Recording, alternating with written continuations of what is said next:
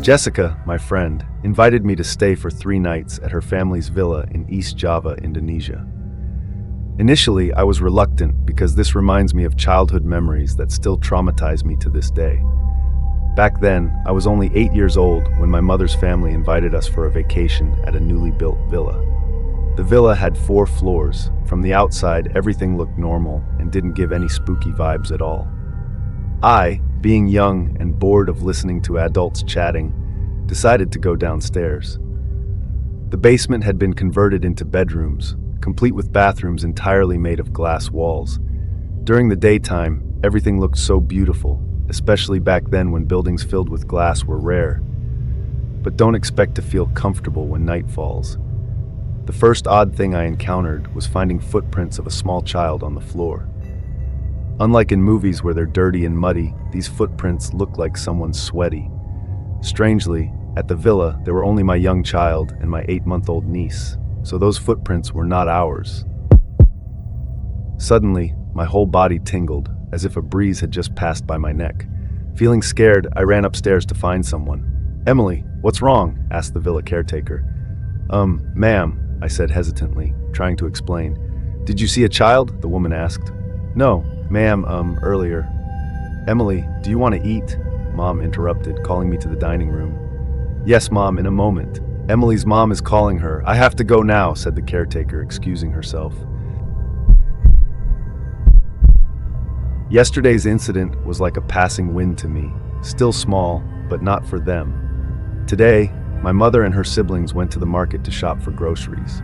My other cousin went swimming, so at home, there's only me, the villa caretaker, my 8-month-old nephew, and his babysitter. The villa caretaker seems to be in her room, while my nephew and his babysitter are on the first floor. I'm alone on the second floor, watching TV on a Sunday. After getting bored of watching, I decided to turn off the TV and read the comic book I brought from home. My heart seemed to stop beating when I saw the reflection from the dead TV screen, a little child standing under the stairs. His figure was like any other human's, except strangely he wasn't wearing clothes. I gathered courage to look back, but the child was gone. I looked back at the TV screen and he was still standing in the same place. How is this possible? To go to the babysitter and my nephew's place, I have to pass by the stairs, but my legs couldn't move because of fear. I decided to turn on the TV so I wouldn't see the child's reflection again, but no matter how many times I pressed the on button, the TV still wouldn't turn on, and the child was still visible on the screen. "Emily, where are you?" my mom called out. "Mom," I answered softly, afraid she would find out where I was. "Emily," I closed my eyes. "Mom, come here." "What's wrong?" my mom asked, running towards me. "Just now, there was. What happened?" Mom interrupted me. I fell silent. The image of the child had disappeared from the TV screen, as if he had only wanted to show himself to me. It's nothing, Mom."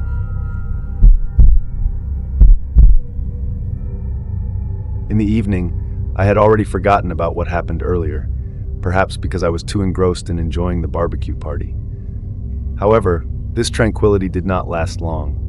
We who organized the event on the rooftop were suddenly startled by my cousin's scream.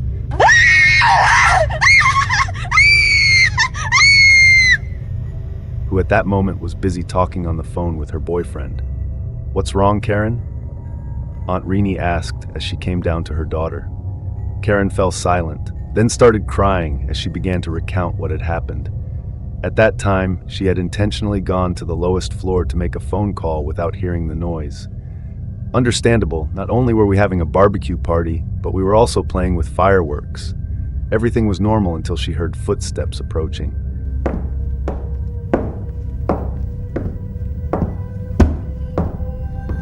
"Hold on, Jack. Someone's coming." "Who?" Jack asked curiously. "Weird. Why? There's no one there. You must have misheard."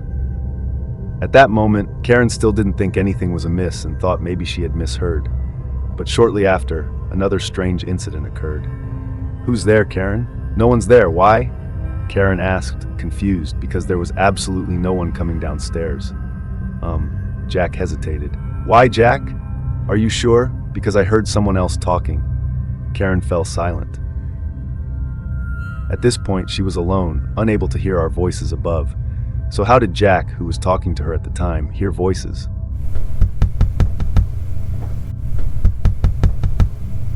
The sound of tapping on glass made Karen unconsciously look towards the source of the noise.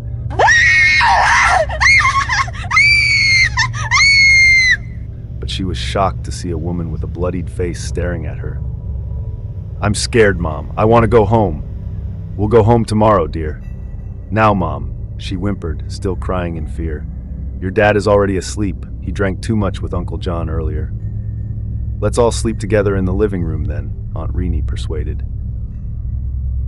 After the incident experienced by Karen, I decided to tell Mom about what I experienced here. But unexpectedly, it turns out it's not just me and Karen, but Mom and Aunt Renee also experienced some strange occurrences. The strange occurrences experienced by Mom and Aunt Renee were not apparitions, just small things like faucets suddenly turning on, the sound of children laughing, and footsteps. However, these things still made them uncomfortable, especially since they had dared to reveal themselves to me and Karen.